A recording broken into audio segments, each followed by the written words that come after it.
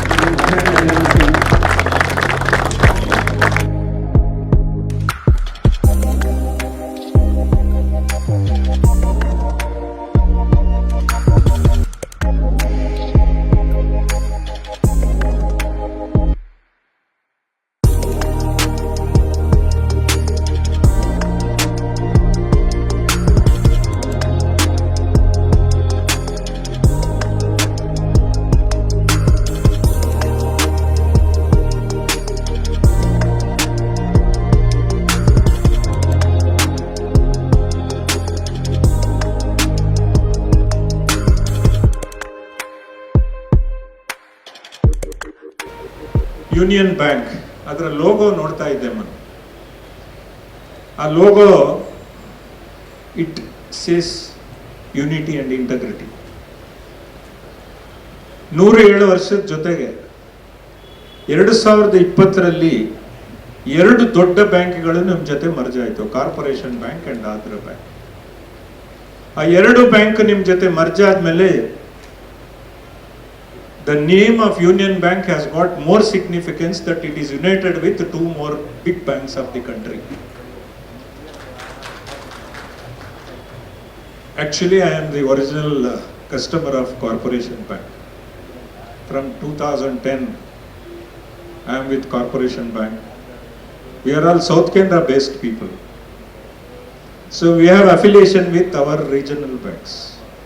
Karnataka Bank, Vijaya Bank, all those banks are South Canara based banks. I am a lawyer for all the banks for the last 38 years. I take care of the bank litigations. I take care of the title investigation and so many things. ಮೊದಲು digital ಇರಲಿಲ್ಲ.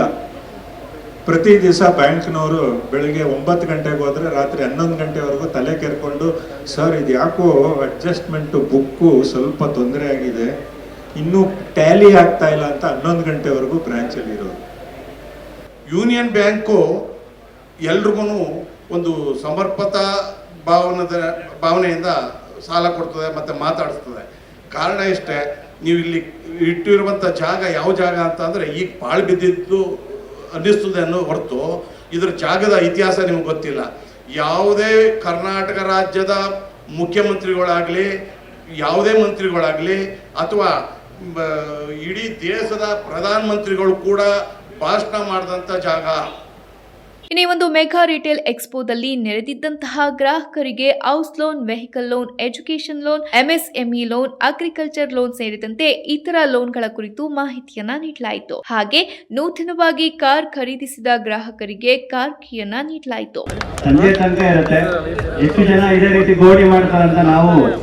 ಈ ಒಂದು ಸಂದರ್ಭದಲ್ಲಿ ಉದ್ಯಮಿ ಹರೀಶ್ ಹೆಗ್ಡೆ, ಕೈಗಾರಿಕೋದ್ಯಮಿ ಲಿಂಗರಾಜು ಹಾಗೂ regional head Rajkumar, deputy regional head Radhakrishna ಸೇರಿದಂತೆ ಇನ್ನಿತರರು ಉಪಸ್ಥಿತರಿದ್ದರು.